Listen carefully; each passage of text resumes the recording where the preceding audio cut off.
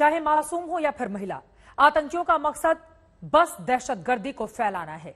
इसकी एक बड़ी वजह घाटी में आतंकवादियों की सफाई है, जिससे ये कायर बौखला गए हैं। उन्हें अमन की ओर बढ़ता कश्मीर बर्दाश्त नहीं हो रहा। घाटी की हवा बदल रही है,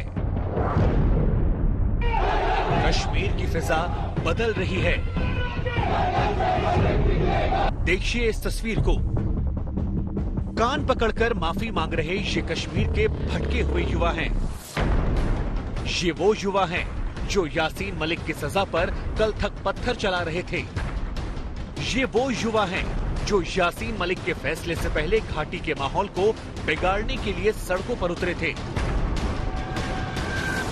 सुरक्षा बलों के साथ संघर्ष करने के लिए तैयार थे, देश विरोधी नारे लगा रहे थे। लेकिन गिरफ्तारी के बाद एक ही दिन में इन्हें एहसास हो गया अपनी गलती का, जिसकी कहानी ये तस्वीर बयां कर रही है। ये कान पकड़कर माफी मांग रहे हैं कि दोबारा पत्थरबाजी नहीं करेंगे। ये तौबा कर रहे हैं कि दोबारा हिंदुस्तान विरोधी नारे कभी नहीं लगाएंगे। ये तस्वीर जम्मू कश्मीर पुलिस की तरफ से जारी की गई है। यासीन मलिक की उम्र कैद के बाद उसके घर के बाहर ये आज की तस्वीर है। दुकानें खुली हुई हैं, जिंदगी सामान्य नजर आ रही है।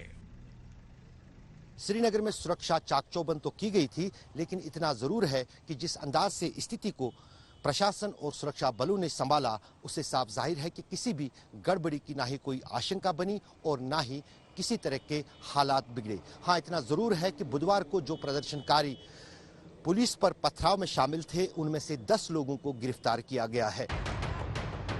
कश्मीर की बदलती यही फिजा आतंकवादियों को रास नहीं आ रही। एक और वो सेना के एक्शन से परेशान हैं, तो दूसरी तरफ दहशतगर्दों की वो फौज खत्म होती जा रही है, जिसके दम पर पाकिस्तान कश्मीर को जहन्नुम बनाने की तमाम कोशिशें करता है।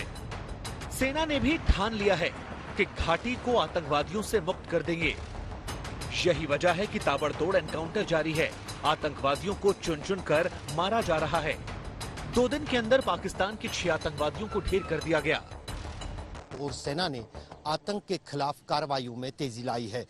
बीते 24 घंटों के दौरान बुधवार और गुरुवार को 2 अलग अलग मुठभेड़ों में सुरक्षा बलों ने 6 पाकिस्तानी आतंकियों को मार गिराया। बुधवार को बारामूला जिले के क्रीरी इलाके में हुई मुठभेड़ में जैश मोहम्मद के 3 आतंकी मारे गए थे, जिनके कब्जे से भारी मात्रा में हथियार और गोली बरामद हुआ। और गुरुवार सुबह नियंत्रण रेखा पर घुसपैठ किए हुए लश्कर के 3 आतंकी मारे गए और उनके कब्जे से भी भारी मात्रा में हथियार और गोली बारूद बरामद हुआ है। आतंकी सुरक्षा बलों को निशाना बना रहे हैं। कश्मीर पुलिस पर हमलों को वो तेज कर रहे हैं, लेकिन हर शहादत घाटी की जनता को और ज्यादा मजबूत बनाती है।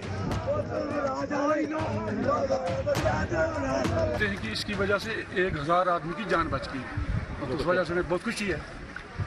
1000 आदमी की जान बच गई, अपनी कुर्बानी दी, उसके लिए हमें खुशी है। तो कितना फख्र कर रहे हो? बहुत फख्र कर रहे हैं, पूरी बरादरी कर रही है, फख्र कर रही है। जान दे दी इसने, तो वापस नहीं आएगा, हमें फख्र है। हमें फख्र है, लड़ते लड़ते जान दे दी। यही वजह है कि अब आतंकी टारगेट किलिंग पर उतर आए हैं, जिसके निशाने पर जम्मू कश्मीर पुलिस का परिवार और घाटी की बेकसूर जनता है। फिर चाहे वो कश्मीरी पंडित हों या फिर आमरीन भट्ट जैसी महिलाएं। आमरीन की हत्या से एक दिन पहले ही जम्मू कश्मीर के श्रीनगर में अंचार सौरा इलाके में आतंकवादियों ने एक पुलिसकर्मी सैफुल्ला कादरी की गोली मारकर हत्या कर दी थी। दिवंगत सिपाही सैफुल्ला कादरी को आतंकवादियों ने उस वक्त निशाना बनाया जिस वक्त वो अपने घर के ठीक बाहर थे। आतंकियों की खुद की दहशत का आलम यह था कि पुलिसकर्मी की 9 साल की बच्ची से भी वो खौफजदा हो गए और इस मासूम पर भी गोलियां चला दी, जिसका इस वक्त अस्पताल में इलाज चल रहा है। सबसे बड़ी बात है कि आज टेररिस्ट ने मानवता के सारे हद को पार कर दिया। उस छोटी सी बच्ची जो 9 साल की थी, उसको नहीं छोड़ा, उसको भी फायर किया, वो भी जख्मी हो बेचारी, अभी हॉस्पिटल में है। आतंकी मासूम बेगुनाहों को जिहाद और मजहब के नाम पर दिन रात बरगला रहे हैं, लेकिन हकीकत तो देखिए। मारे गए इस पुलिसकर्मी का नाम सैफुल्ला कादरी है। सवाल बड़ा ये कि क्या उनका मजहब गैर था? अगर सैफुल्ला से उन्हें बैर भी था तो 9 साल की मासूम बच्ची को आखिर क्यों और कैसे गोलियों से भून दिया? उन्हें सैफुल्लाह में भी अपना दुश्मन दिखा, उन्हें आमरीन में भी अपना दुश्मन दिखाई पड़ा, उन्हें मुदस्सिर की वतन परस्ती भी रास नहीं आई। और यही वजह है कि अब आतंकवादी टारगेट किलिंग पर उतर आए हैं।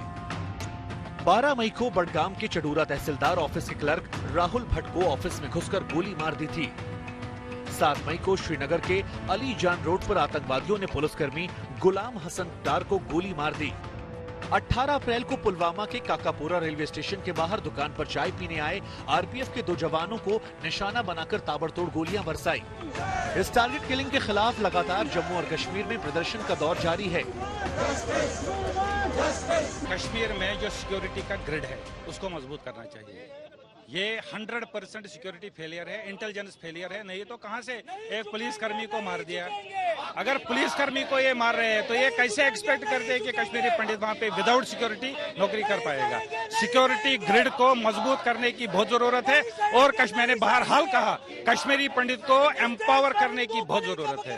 और इस वक्त बहुत ही चिंताजनक पूर्ण की हम एलजी साहब से गुजारिश करते हैं कि जितने भी एम्प्लॉयज माइग्रेंट एम्प्लॉयज पैकेज के हैं उनको वापस किया जाए।